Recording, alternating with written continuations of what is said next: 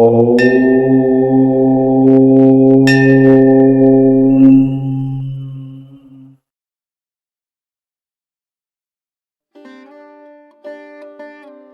வணக்கம்.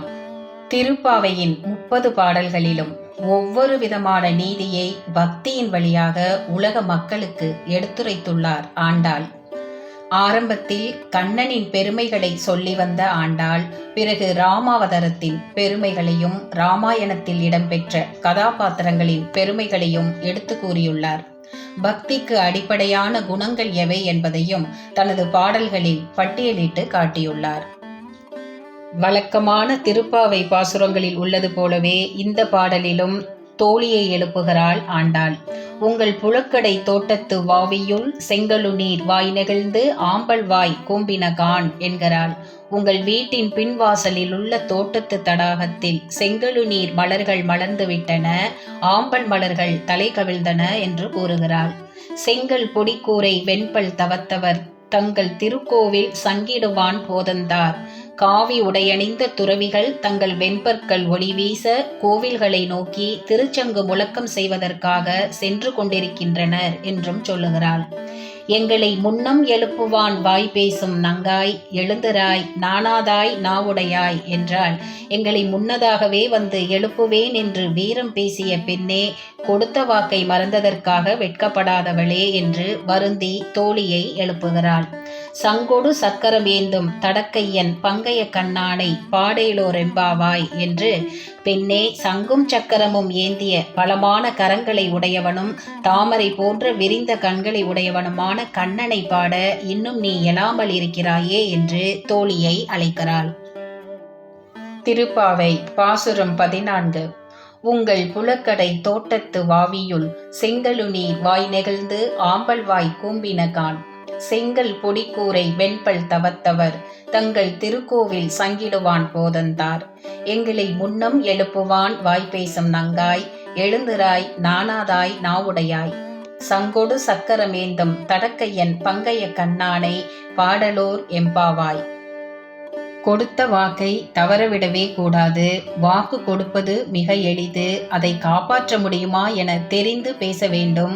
வாக்கு கொடுத்துவிட்டு பிறரை ஏமாற்றுபவர்கள் கொஞ்சம் கூட வெட்கமின்றி திரிகிறார்களே என ஆண்டாள் வருந்துகிறாள். நாக்கு சரியானதை மட்டுமே பேச வேண்டும், சொன்னதை செய்ய வேண்டும் என்பது இப்பாடல் உணர்த்தும் கருத்து. பக்திக்கு அடிப்படையான பண்புகளில் ஒன்று சொல்லும் செயலும் ஒன்றாக இருப்பதுதான் என்பதை இந்த பாடலின் மூலம் வலியுறுத்தியுள்ளார் ஆண்டாள் நாச்சியார். திருவெம்பாவை. துவக்கத்தில் சிவனின் பெருமைகளையும் சிவ சின்னங்களின் பெருமைகளையும் கூறிய மாணிக்கவாசகர் இந்த பாசுரத்தில் தங்களை ஆட்கொள்ள வேண்டும் என இறைவனிடம் விண்ணப்பம் செய்கிறார். திருவெம்பாவை 14ஆம் பாசுரம். காதார் குழையாட பைம்பூன் தலனாட கோதை குழலாட வண்டின் குழாமாட சீத புனலாடி சிற்றம்பலம் பாடி வேத பொருள் பாடி அப்பொருளாம் மாபாடி சோதி திறம்பாடி சூழ்கொன்றை தார்பாடி ஆதி திறம்பாடி அந்தமா மாபாடி பேதித்து நம்மை வளர்த்தெடுத்த பெய்வளைத்தன் பாத திறம்பாடி ஆடேலோர் எம்பாவாய். விளக்கம். ஆண்கள் அணிந்துள்ள காதணிகள் தண்ணீரில் ஆட, அவர்களின் தங்க நகைகள் ஆட, பெண்களின் கூந்தல் ஆட, அக்கூந்தலில் மலர்கள் அணிந்திருந்ததால் ஏற்பட்ட வாசனை கருதி அதை முகர வண்டுகள் ஆட, குளிர்ந்த நீரில் ஆடுங்கள். அவ்வாறு நீராடும் போது சிற்றம்பலத்தில் நடனமிடும் சிவபெருமானின் புகழ் பாடுங்கள். வேதத்தின் பொருளையும் வேதத்தின் பொருளாக விளங்குகின்ற சிவனின் பெயரையும் சொல்லி நீராடுங்கள். ஜோதி வடிவாய் திருவண்ணாமலையிலே காட்சி தரும் அந்த சிவனின் மாபெரும் விருத்தாந்தங்களை எல்லாம் சொல்லுங்கள். அவனது மார்பில் தவழும் கொன்றை மாலையின் மகிமை பற்றி பேசுங்கள். முதலும் முடிவும் இல்லாத அந்த இறைவனின் புகழை பாடுங்கள். பந்த பாசங்களிலிருந்து நம்மை பிரிக்கும் வளையல்கள் அணிந்த தாயுமானவனாய் விளங்கும் அந்த சிவனின் பாதமலர்களை பாடி நீராடுங்கள் என்பது பொருள்.